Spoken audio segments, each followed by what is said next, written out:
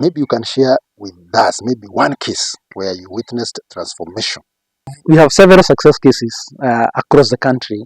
Farmers in Nyandarua County, Nyandarua, Moro, that we are able to work with them for a journey of about 1 year. And the farmers were able now to jump from 90 bags to 120 bags. And I can tell you, being able to double the level of production within 1 year, and knowing that now you have a healthier soil, you are leaving the soil in a better place than you found it, it was highly satisfying to ourselves. But we also have many, whether in coffee, we have in oranges, in mangoes, we have many case studies that. Good morning, good afternoon, good evening. Welcome, and I want to take this opportunity to welcome you to Alex Cairo channel. Remember what we do in this channel? We sharpen minds and shape destinies. First of all, I want to thank you as my viewer, as my subscriber. I don't take it for granted that you have taken your time to subscribe to this great mind sharpening channel, and we bring you great things. So I still say, if you have not subscribed to this channel, you are missing out.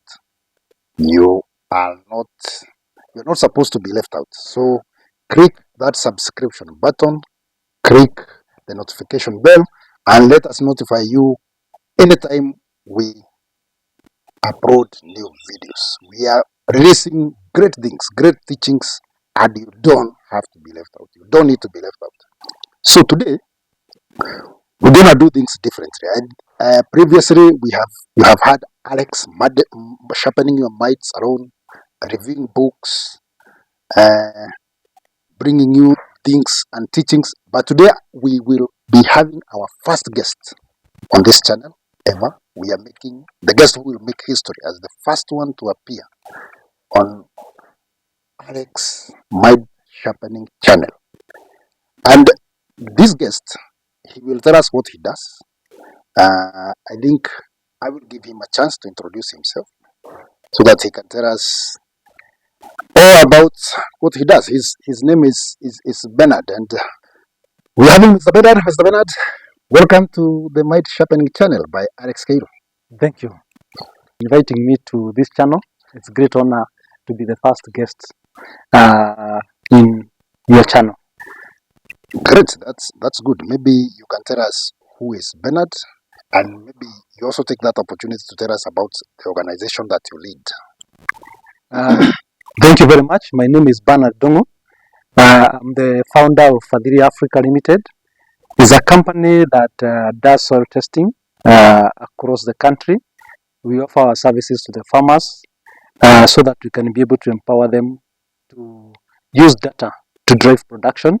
And we have seen great output out of the services that we offer to farmers, both at smallholder level and also at large scale level. And we are seeing farms being transformed. So great. I think personally, I want to confess, I never knew, because I came from I was brought up in some highlands where we used to do subsistence farming. I never saw us do soil testing, or I never saw my parents do any soil testing. So I think that's a great insight. Maybe, I don't know whether it's something that have been there or it's a technology that have just come up, like AI, I don't know. Thank you, Bernard. Soil testing is just like nutrition. We test the soil to ensure that we have nutrition for the crop. And nutrition is not a new thing. It is only that it has not been there, or farmers have not been practicing it because it's not known. Initially, when we had controlled environment, the then CARI, Kenya Agricultural Research Organization Institute, used to do soil testing on regional level and release blanket results that will guide farmers in different areas. But now, because of changes on the behavior of the farmers, farmers have different practices, farmers are looking for different results, farmers are growing different crops. So they need to understand how the soil fertility profile looks like in their own farm, so that they can be able to buy the inputs that are required by the crop that they are growing. So it's not a new thing. What is new is that we are using a technology that enables us to give the farmer data or soil information at a higher rate. Today we are talking about under 20 minutes you can know what your soil requires, while previously when for those who are using the old method of soil analysis, they will take a week, 2 weeks, and others would even take more than will go to several months before you get the results. So today we have a technology that can analyze soil, give you results, and also be able to do it in a large scale level. Yeah. Hey, thank you. That is amazing. I think every business or any undertaking, they have a history of how it was started. So I know you are doing amazing things, reading and helping farmers increase their yields and productivity. But maybe when you can tell us, when did it click to you that soil testing is this critical? Because remember, I said in the village we never tested. We just used, you would go to the farm and maybe touch some room soil with your hands. That was the testing. I think maybe my grandmother was a champion.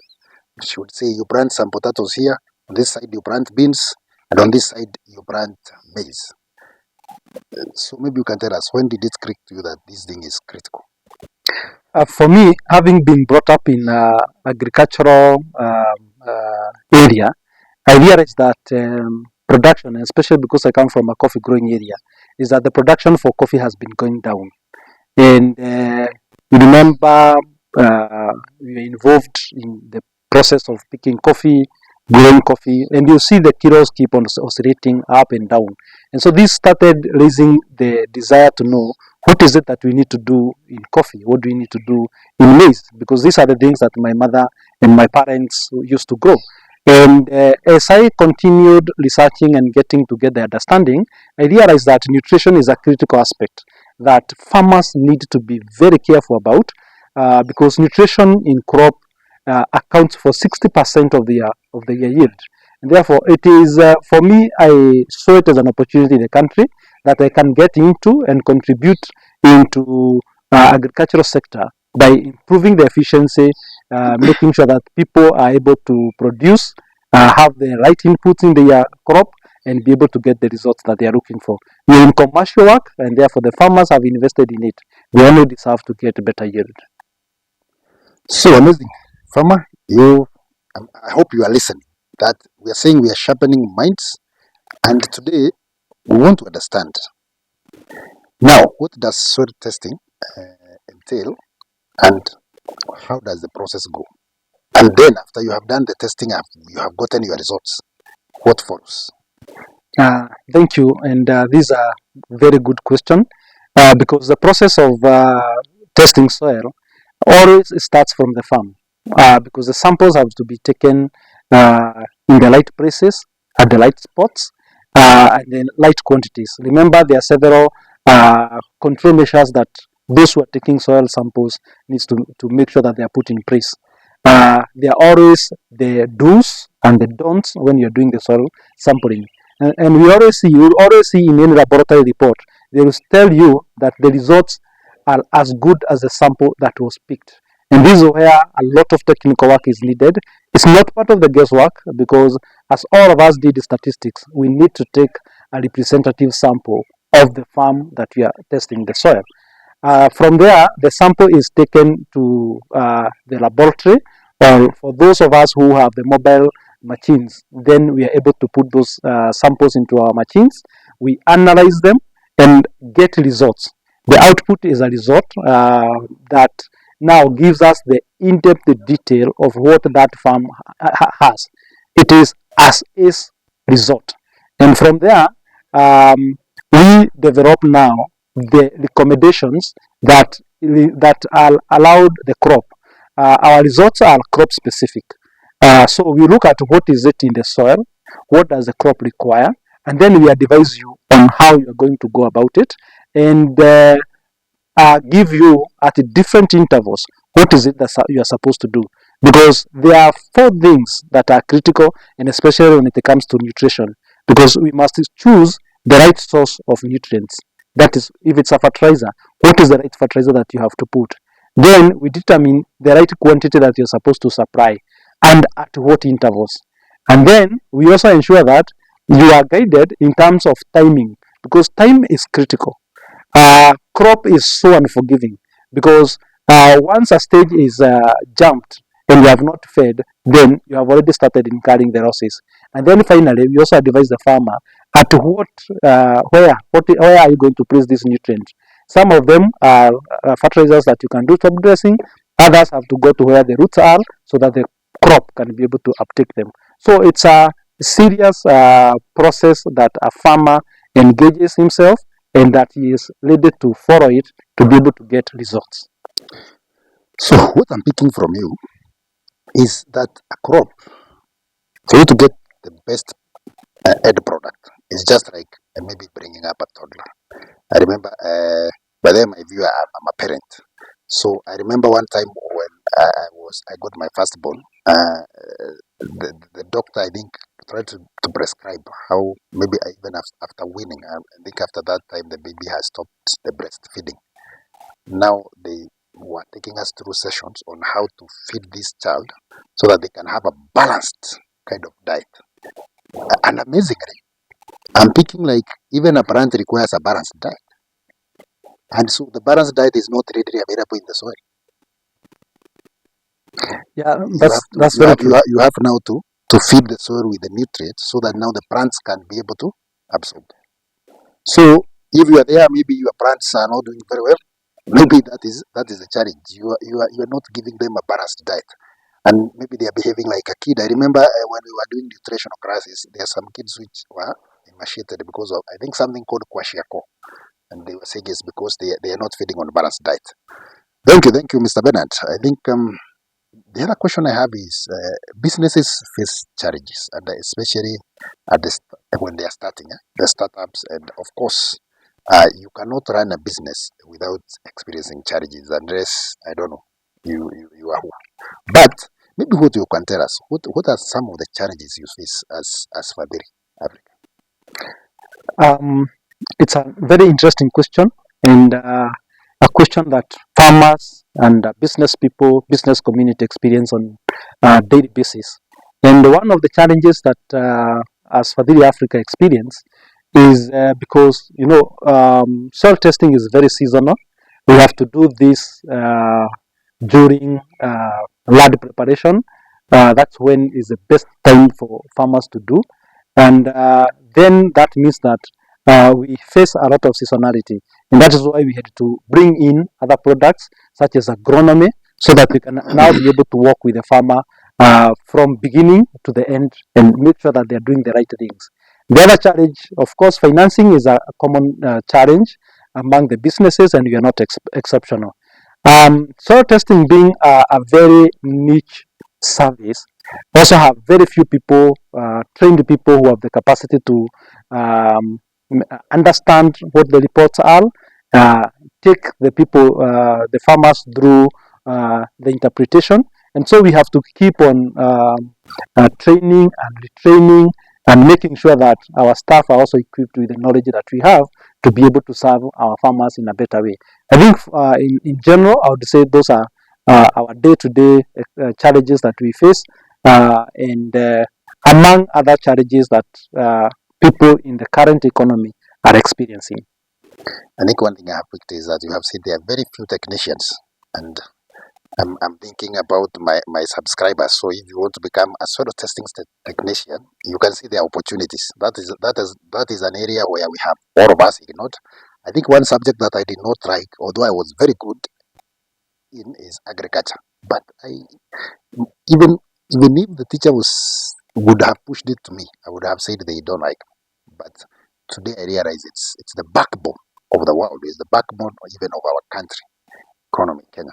So I think for me, one of the challenges, and maybe before I go there, I ask you, does Fadhili Africa today have some employees? Yes, we do have employees.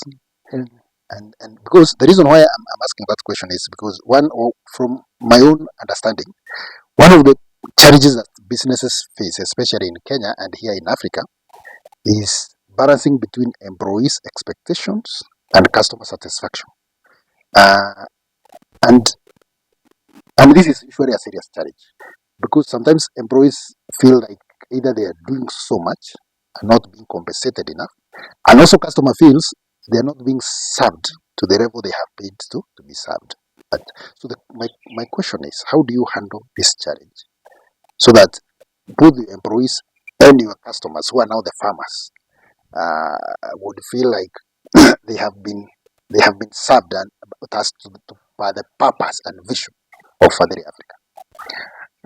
Thank you. And it is quite true that it's a delicate balance. For us, we use different mechanisms that try to address both of them, so that farmers feel that they have an input in how we also run our business.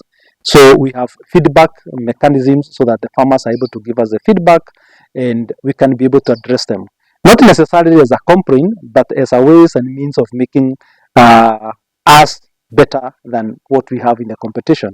The other thing, in terms of the employees, we have incentive system that we have in place so that when somebody has worked with the farmer and the farmer gives a positive feedback about them, then we have incentives that accompany that process. Also, the other thing is we also align ourselves in terms of training, because when you get a certain kind of complaint coming back and feedback coming from the farmers, then we are able to have a focus in that level of training, whether it is customer care, whether it is service delivery, whether it is our telephone etiquette. Then we are able to help ourselves grow, as well as also help the farmer gain more confidence in what we are doing and have better results in their own farms. Great. Now, in every business, I think there is always some level of satisfaction, not even some level. I think high level of satisfaction when results are perfect, when results are good, when you get that positive feedback from the farmer, which you have talked about.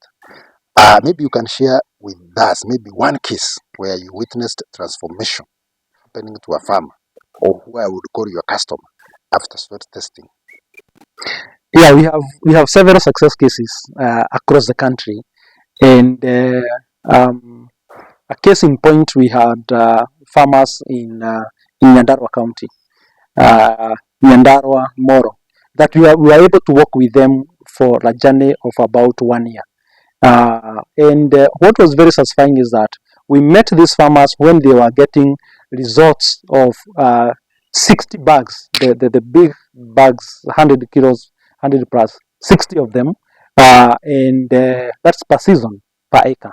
And then during our journey, we tested the soil, the farmer implemented, and by the end of that season, then the farmers were able to increase their production from 60 bags to 90 bags per acre.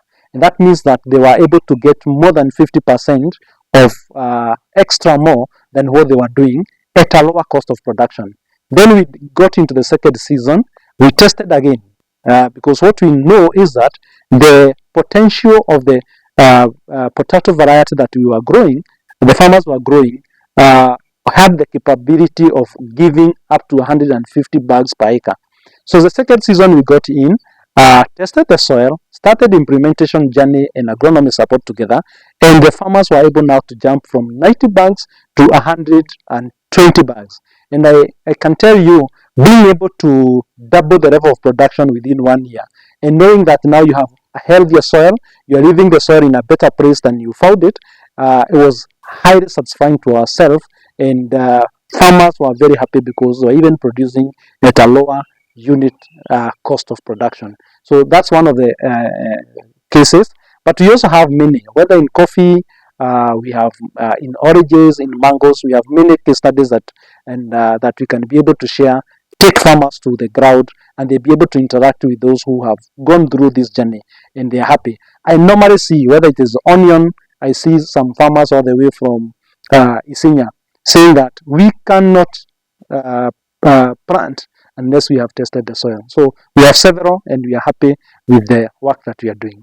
That's great. I think that's one must have made you feel very nice, because I'm imagining, I was writing it here, that you moved from 60 to 90, 50% increase, and then from 90 to 120 within 1 year. I don't think I've even ever had. It's very rare to to get a business grow at that level. And I think that's why we are saying it's good to sharpen our minds that sometimes you might be doing something which is the right thing to do, but you are doing it using the wrong process. Because everything has its own principles. It is a science. Most of things we say it is an art and it's also a science. Because for science, you have to, art is just digging, you're planting, that is art. But science is that for you to get the results that you require or that you would like, you have to follow certain principles and certain processes. And you have heard it from Bernard that you can increase your yield 100% within 1 year. Wouldn't you like that? Is it that mind sharpening? That's a question to you. You will tell us in the comments section, and maybe you tell us what you have learned. I think before we close, because we are coming almost to the close of this interview due to time, maybe I have I do some research and I know previously you used to be employed before you transitioned to entrepreneurship. Maybe you can tell us how do you compare the two? A very interesting question, and what I can say is that we think that we are working too much when we are in employment, but when you get into entrepreneurship, you have to engage all the wheels. You learn a full-time engagement, and most of the time you overrun what you used to do because there are many things before you start now delegating that are on your stake, and you have to make sure that they are all running very well and they are balancing serving your customers because the buck stops with you and you have to deliver. Yeah. Hey, amazing. So it's not obvious that now when you go to self-employment, there is freedom, there is free time, there is you will be in Miami anytime that you want, and you will fly to Zanzibar when you feel like. Because I think the point I'm getting is the customer needs must be met before you plan for the vacation. And the question is to you who now want to be the entrepreneur and maybe leave for employment. Will you meet the customer needs before you go for the vacation? I think Bernard, before we come to the close, it's only fair because now we have brought this information to our viewers and to our subscribers. We tell them if they want services from Fadiri Africa, if they want this to get these soil testing services, how can they get you? How can they reach you? Thank you. You can reach us through either our telephone numbers. You can get us on 0721 519 576. You can also reach us through our website, www.fadiriafrica.com. You can also get us on Facebook at Fadiri Africa, and then you can also get us on LinkedIn. You'll also get Fadiri Africa. So those are the means you can be able to reach to us, and also through email, so that we can be able to serve you. We look forward to serving you in the near future. Do not get into losses, knowing that the science and the guidance that we offer can make you change the kind of profit that you're making from your farming enterprise. Let's take farming seriously and build enterprises that are going concern. Thank you very much. Amazing. I think you have had it. If you want to reach Fadiri Africa, we will indicate the contacts, the social media handles for Fadiri Africa on this video. But most importantly is that you can be able to double your yield. I think that is what I have. That's what my mind have been today. I'm also a small scale farmer. So after this session, I will now really take it very serious with Bernard so that he can show me how to double my yield. So watch this space. Maybe before I give the parting shots, I would maybe ask Bernard with the final comments or final word that he would like to give to our viewers. So my final words to you as my listener today is that farming is not um, a dirty job. It's a serious enterprise that when we give the best to it, it is even more rewarding than in employment. It's more rewarding than most of the other kind of investments that you can do. But you need to make sure that you have got the time, you have got the expertise, you have got the variety that are suitable for different environment, and then finally make sure that you do your crop protection in the right way so that you can be able to get the results that you're looking for. Those are critical parameters that you must put in place. It's also important to note that it is very easy to lose your capital when you get into farming, because once you ignore, crops are so unforgiving. You only see results when the yields are out, which may be 3, 4, 5 months down the line. It's unlike in animal, whereby when you don't feed a chicken the right way, you get results the following week. Or you don't feed a cow the right way, you get results the following week. But for the crops, you have to be there. You have to read the signs. You have to do the right things. My farmer, my friend, let's do the right thing in farming, and we'll all be able to benefit. Thank you very much for listening to me. Mr. Bernard, we have learned so much. Our minds have been sharpened.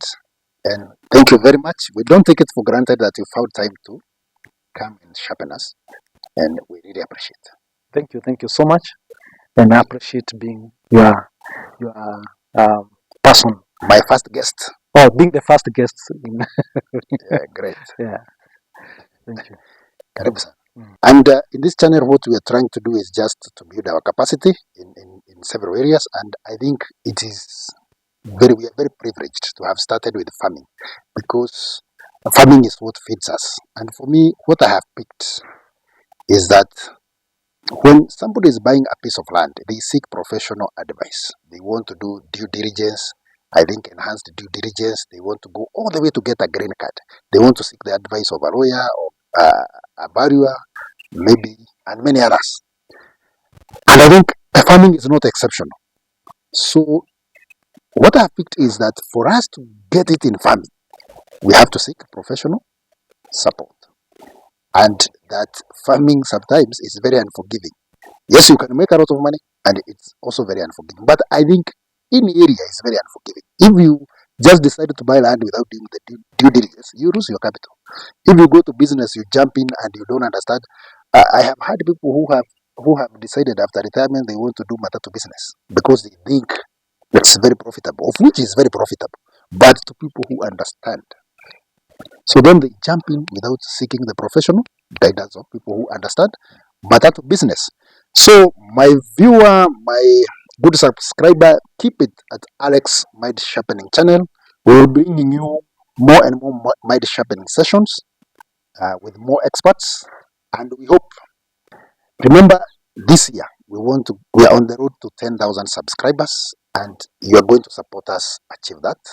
So remember to subscribe, remember to like, remember to share with your friends, with your family. We said, let us learn together.